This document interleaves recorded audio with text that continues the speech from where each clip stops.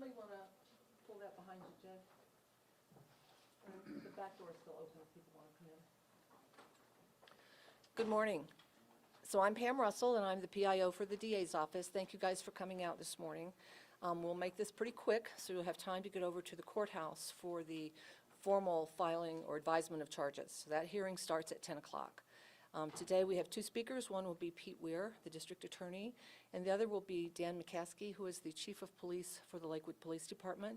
Spellings of their names are provided on documents over here on this table, as are the charging document that you're going to hear about, the press release that went out this morning, as well as the affidavit, which has previously gone out, but if you want another copy of it, it's there. So I want to just mention to you all that there will be no new details on the investigation today. This investigation or this case is now a pending criminal case, and obviously also an ongoing investigation. And so at this point, there's no new facts or details about what's been discovered or learned through the course of the investigation. But I think that the charging document will be interesting to you, and I think there's also some information also that Pete will be able to answer some questions. Thank you, Pam. Good morning. As Pam indicated, I'm Pete Weir. I'm the district attorney for Jefferson and Gilpin counties. At 10 o'clock this morning, Ruel Aguilera will appear in front of a Jefferson County judge to be advised of charges that my office have filed against Mr. Aguilera. These include 40 felony counts based upon the circumstances and incident that occurred last Thursday on April 25th, just before 5 o'clock on I-70 and Denver West Parkway. I need to caution folks that this is how all criminal cases start, with the filing of a complaint and information. Mr. Aguilera is afforded all the rights that every defendant facing criminal charges is afforded, and that is the right to the presumption of innocence, and that presumption of innocence remains with Mr. Aguilera unless and until all the charges are proven beyond a reasonable doubt. The charges that we have filed in this case are based in part on the facts that have been laid out in the probable cause affidavit that was filed with the court at the time of Mr. Aguilera's arrest. Those facts relate in part that Mr. Aguilera was observed the western part of I-70 up at the general area of the Genesee Parkway, Genesee exit, and Lookout Mountain, driving extremely fast and in a reckless manner. The speed limit for a commercial vehicle that Mr. Aguilera was operating, a semi-truck with a trailer, was 45 miles an hour. The estimated speed of Mr. Aguilera at that time and subsequent times proceeding eastbound on I-70 was in excess of 85 miles an hour. Mr. Aguilera was observed by a number of citizens driving recklessly, swerving through various lanes of the road until he descended I-70 in the right-hand lane of travel. At that time, he saw a semi-truck that was parked off the shoulder right at I-70 in Denver West. He made the decision at that time to swerve left into the cars that had been backed up as a result of the accident that had occurred earlier down on Ward Road. Mr. Aguilera and his semi and the trailer wound up causing collisions with 28 vehicles. As a result of Mr. Aguilera's actions, 4 people died, and I want to extend my condolences to the family members of the 4 men who lost their lives last Thursday. We have 2 individuals that have been seriously injured, serious bodily injury. I want to extend my sympathies to them and all other victims associated with this incident. As I indicated, we have filed 40 counts, and may have misspoken earlier. It's 36 felonies out of the 40 counts. The other 4 counts, one is reckless driving and 3 counts of crime of violence. So 36 felony counts. There are 6 counts of assault in the first degree. Those are related to the deaths of the 4 individuals and the 2 individuals that were seriously hurt. Assault in the first degree is a Class 3 felony, and a Class 3 felony carries a potential penalty of 10 to 32 years in the Department of Corrections. In this case, the legal theory underlying our charging of assault in the first degree is a theory called extreme indifference. The allegations are that Mr. Aguilera, under circumstances manifesting an extreme indifference to the value of human life, engaged in conduct, knowingly engaged in conduct, that created a grave risk of death or serious bodily injury. So as a result, based upon extreme indifference, 6 counts have been filed against Mr. Aguilera, 4 for the deaths, 2 for the serious bodily injury. In addition, we have filed 24 counts of attempted first-degree assault.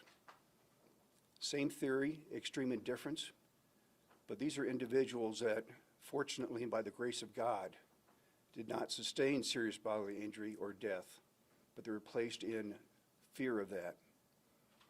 The 24 individuals were all individuals that were in vehicles that were involved in the collisions that were caused by Mr. Aguilera. We have also filed 4 counts of vehicular homicide based upon a reckless theory, indicating that Mr. Aguilera drove in a reckless manner and the deaths of 4 individuals resulted. Also filed were 2 counts of vehicular assault. Vehicular homicide is a Class 4 felony. Vehicular assault is a Class 5 felony. The vehicular assaults are based upon a reckless theory that he drove recklessly and caused serious bodily injury to 2 individuals.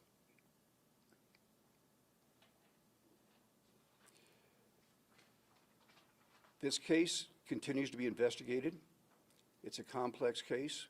There are a number of witnesses that have been spoken to and a number of witnesses that we will continue to seek out and interview.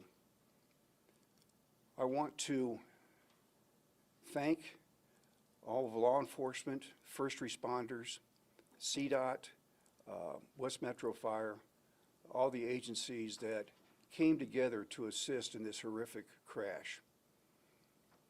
And I think it'd be remiss if we didn't acknowledge the heroes that live among us, our fellow citizens that came to the aid of those that were in jeopardy and tremendous distress.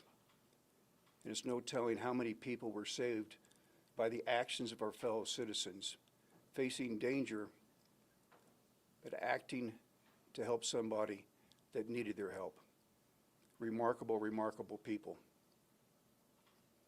Those are the charges. As I indicated, they will be filed formally at 10 o'clock this morning. Mr. Aguilera will be advised of his rights at that point, advised of what the charges consist of, and we expect that the matter will be set for a preliminary hearing at that point.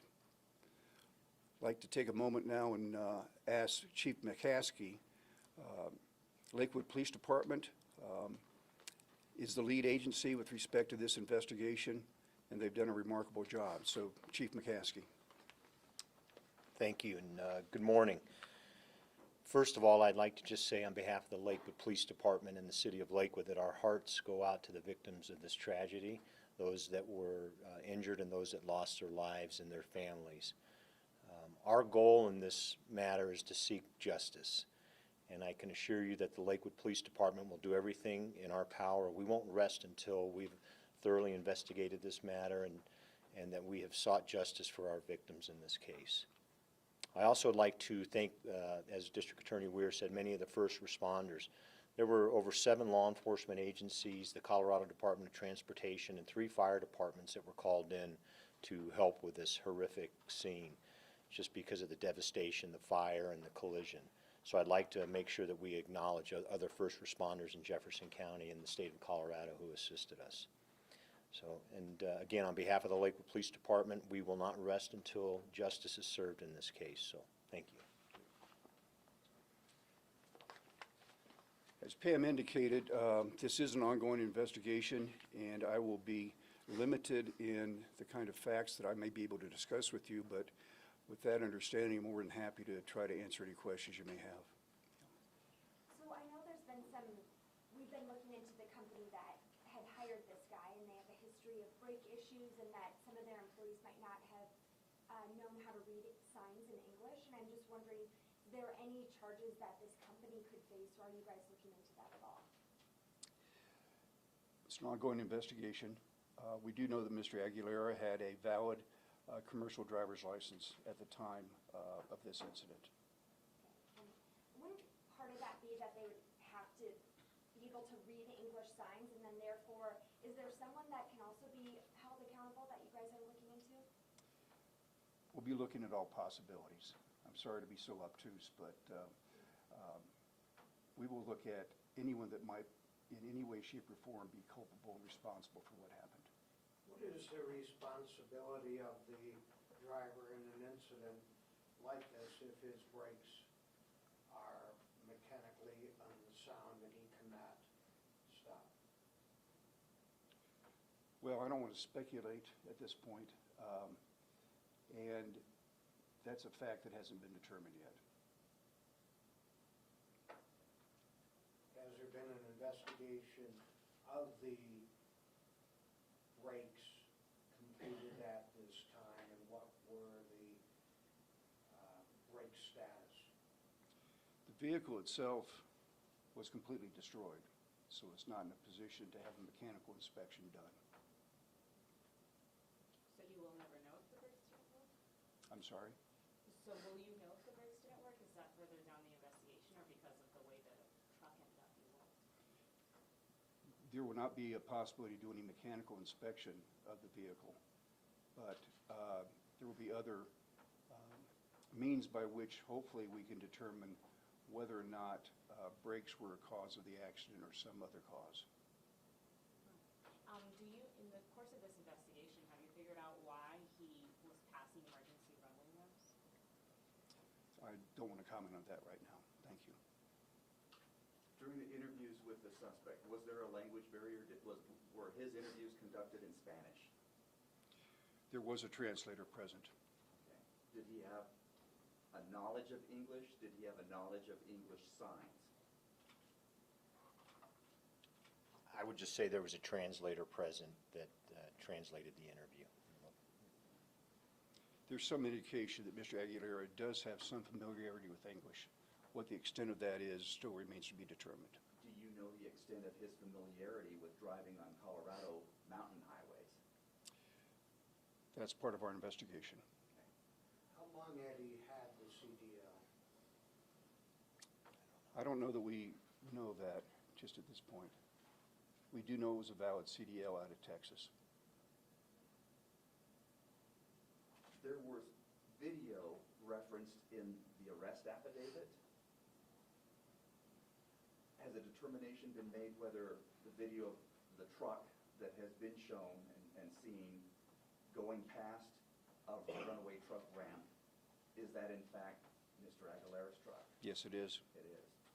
Your reaction to his claims that the truck's brakes malfunctioned, and put that in perspective with whether that's true or not, him going by the runaway truck ramp? We filed charges based upon our belief that Mr. Aguilera acted with extreme indifference after taking into account all the facts and circumstances that we're aware of at this time, some of which are reflected in the affidavit.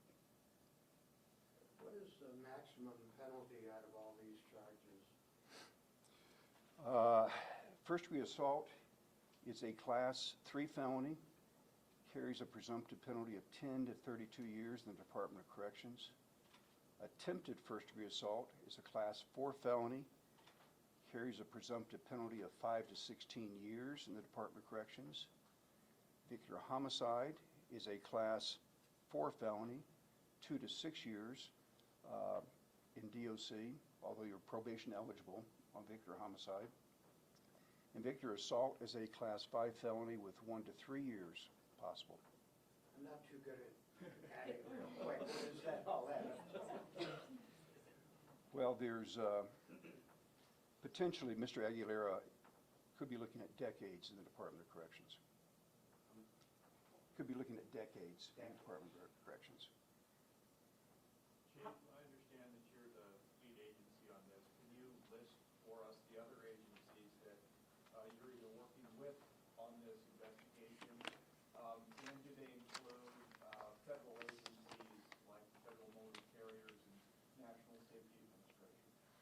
Sure. Right now, we are the lead agency, and initially, we also received support from the Arvada, Wheat Ridge, Golden, Morrison Police Department, the Jefferson County Sheriff's Office, and the Colorado State Patrol. There were 3 fire agencies, West Metro Fire, Pleasant View Fire, and Arvada Fire are also called to assist us, and then along with the Colorado Department of Transportation. I know the NTSB was on scene investigating with us Friday morning. I don't know what their role is right now. We haven't been informed of that. That's the only federal agency that I'm aware of. And then right now, basically, our office, along with the district attorney's office, have taken over this investigation. We're still receiving some help from the Arvada Police Department and the Wheat Ridge Police Department, though, with some evidence, videos, and things like that. Chief, has your department ever investigated a traffic accident like this one? How would you describe this accident? I do not think we have ever investigated an accident like this. In my almost 3.5 decades in law enforcement in the city of Lakewood, I've never seen anything like this. I've never seen the impact that an accident has had on a community as well. I can tell you it's really devastated our community, and it's had a profound impact. But in my career at the Lakewood Police Department, I have never seen anything like this, and I think probably talking to our investigators, most would agree we have never had an accident of this magnitude or a crash of this magnitude. And Pete, if I may ask you too, because we tweeted out the charges a little bit earlier, and somebody replied, I'm not sure who, that it's unusual to see that many charges filed for an accident. That's why I asked this question here. This accident seems to me to be out of the ordinary. Your reaction to that? Well, I characterize it as a crash, not an accident. And the charges that are filed reflect individual victims that were put at risk as a result of the actions of Mr. Aguilera. So there is a relationship between each count that was filed and a separate individual that either died, was seriously hurt, or was placed in extraordinary risk of serious bodily injury or death. So the number of counts reflects the magnitude of the incident and the number of people that either were hurt or could have been hurt as a result of his actions. There has been a big effort to raise money to get him out on bond, and it appears that that effort has been shut down by Facebook now. I know that prosecutors originally asked for $500,000. The judge said $400,000. Any thoughts about that as to whether he is a flight risk, whether you'll try to get an increase in bond if that's possible, or what happens next? Well, the circumstances of the filing of these charges is something I would expect the court would take into account.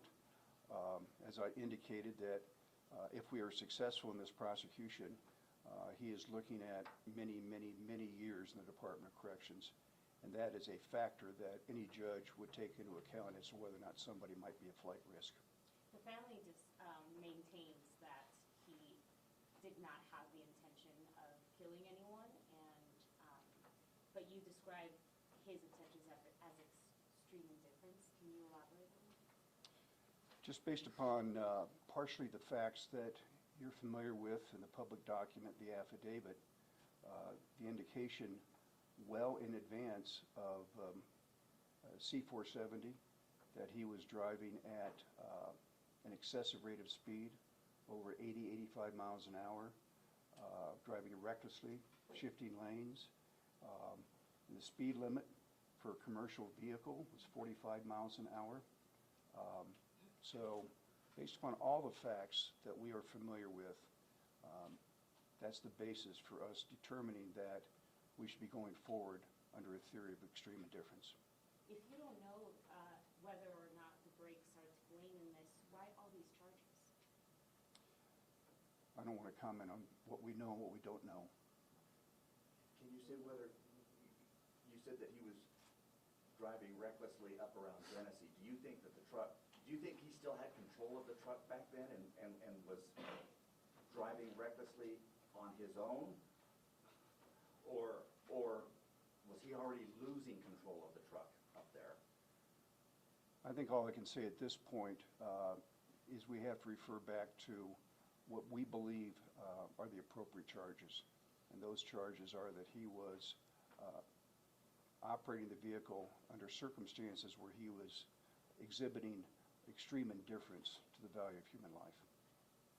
We've been getting some comments from viewers feeling like if this was an accident and his brakes run out, they feel like these charges are just way too harsh. What would you say as a response to those comments? We file the charges that we feel that the facts support.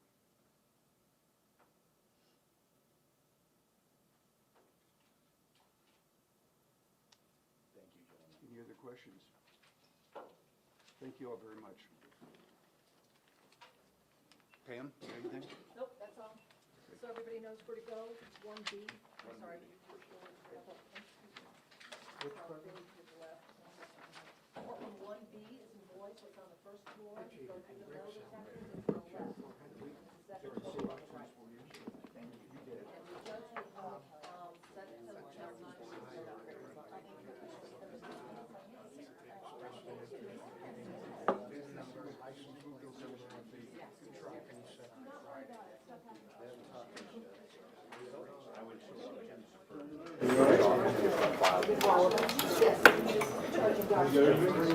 Yeah, yeah, I'm good, thank you.